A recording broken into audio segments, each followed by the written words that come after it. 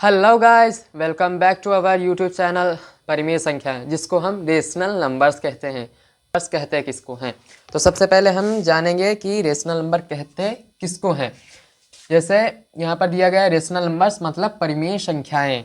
अब ये आप क्लास 6 के अंदर हैं, 7th 9th 10th मतलब किसी भी क्लास के अंदर आप इस वीडियो को देख सकते हैं। वही रेशनल नंबर्स हैं, किसी के अंदर कोई भी डिफरेंस नहीं होता है। तो आइए देखते हैं। रेशनल नंबर्स उसे कहते हैं जो p बाई क्यू के टाइप का होता है, मतलब p बटा क्यू। जहाँ पर p क्या है? न्यूमरेटर मतलब अंश, जिसको हम अंश कहते हैं। क्या कहते हैं इसको? अंश कहते हैं। अब ये जो दिया गया क्यू, तो क्यू क्या है? इसे हम डिनोमिनेटर कहते हैं, मतलब हर। अब बात आई कि इसके अंदर मतलब जो सेकेंड स्टेप आपका होने वाला है कि p बाई क्यू जो आपका दिया गया है, तो इसके अंदर p क्या होता है और q क्या होता है। तो p बाई क्यू, p तो हो गया अंश, q तो हो गया आपका हर। अब जो p होता है तो ये कौन सा नंबर होता है? तो p जो होता है तो ये आपका जो होगा वो इंटीजर होगा, मतलब पूर्णांक।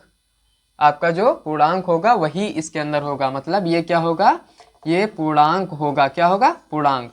पूर्णांक जैसे -1, -2, 0, 1, 2, 3, 4 मतलब 1, 2, 3, 4, 5 से लेकर के कुछ भी हो सकता है। पूर्णांक का मतलब यही होता है। क्यों? यहाँ पर क्या होगा? नॉन जीरो पूर्णांक मतलब जीरो को हटा करके और जितने भी पूर्णांक हैं, जैसे कि -1 आप ले सकते हैं इसके अंदर, लेकिन जीरो नहीं ले सकते। 1 ले सकते हैं, 2 ले सकते हैं, 3 ले सकते हैं, इस तरह से ले सकते हैं। तो ये आपके हो गए नॉन जीरो, क्योंकि इसके अंदर जीरो नहीं है तो मतलब नॉन जीरो पूर्णांक हो गया, मतलब इंटीजर। इंटीजर का मतलब होता है पूर्णांक। तो इसके अंदर क्या होगा? इसके अंदर आप जीरो ले सकते हैं। अब क्यों इसके अंदर जीरो नहीं ले सकते हैं वो हम बात करते हैं।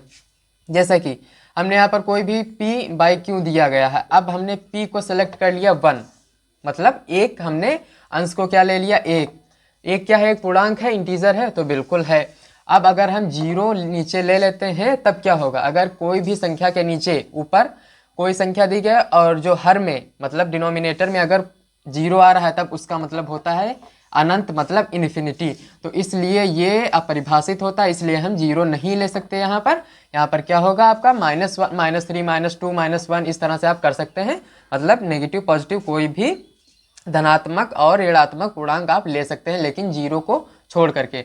क्या जीरो ऊपर लिया जा सकता है? तो हाँ, जीरो ऊपर लिया जा सकता है। जैसे p बाई क्यू बराबर 0/1, तो ये आप ले सकते हैं, ये आप ले सकते हैं। इसका मतलब क्या होगा? जीरो ही। इसका आंसर क्या आएगा? जीरो। तो ये आप ले सकते हैं, ये आप नहीं ले सकते हैं, ये आप नहीं ले सकते हैं। ये याद रखना है कि इसको हमें नहीं लेना है। अब बात करते हैं कि p बाई क्यू के टाइप का होता है। तो जो यहाँ पर p हो गया न्यूमिनेटर हो गया, q डिनोमिनेटर मतलब अंश हर हो गया। अब ये जैसे कि कोई नंबर दिया गया कि 1/2, तो क्या ये एक पूर्णांक है? तो हाँ है, क्योंकि एक जो है एक 1/2, तो 1 जो है एक पूर्णांक है, 2 भी एक पूर्णांक है। अब ये क्या होगा? नंबर रेशनल नंबर मतलब परिमेय संख्या होंगी। अब जैसे 1/3 या -1/3 या 0/1 या ऊपर जीरो होना चाहिए, नीचे जीरो नहीं होगा, वो आपकी परिमेय संख्या नहीं है। जैसे कि 1 दिया है, तो क्या 1 एक परिमेय संख्या है? मतलब एक एक परिमेय संख्या है? तो बिल्कुल है, क्योंकि 1/1 मतलब 1/1 हम लिख सकते हैं। जैसे कोई 2 दिया गया तो 2/1 हम लिख सकते हैं। अगर खाली 2 दिया गया तो उसके नीचे हम /1 लिख सकते हैं। मतलब ये रेशनल नंबर मतलब परिमेय संख्या होंगी। अब बात करते हैं, जैसे कि कोई नंबर ले लीजिए आप, इसके अंदर 1/2, ऊपर ले लीजिए 1/2 और नीचे ले लीजिए 1, तो क्या ये एक परिमेय संख्या होगी? तो हो सकता है। अगर आप इसको आगे सॉल्व करते हैं तो हो जाएगा, जैसे कि इस तरह से 1/2 इंटू 1/1 मतलब इसका आंसर 1/2 आएगा। तो ऊपर एक पूर्णांक आ गए, नीचे भी एक पूर्णांक आ गए। तो इस तरह से आप परिमेय संख्याओं को समझ सकते हैं। p बाई क्यू अंश, ऊपर अंश होगा, नीचे हर। इसे अंश या हर के कैटेगरी के अंदर डिवाइड कर सकते हैं। p न्यूमिनेटर मतलब आपका अंश होगा, ये भी पूर्णांक होगा।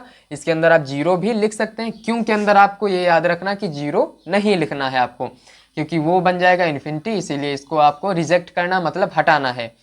p बाई क्यू अगर इस तरह से है तो ऊपर अंश में आप जीरो लिख सकते हैं, नीचे कोई भी नंबर हो, बस वो पूर्णांक होना चाहिए। तो इस तरह से आप परिमेय संख्या मतलब रेशनल नंबर्स को आप अच्छे से समझ सकते हैं।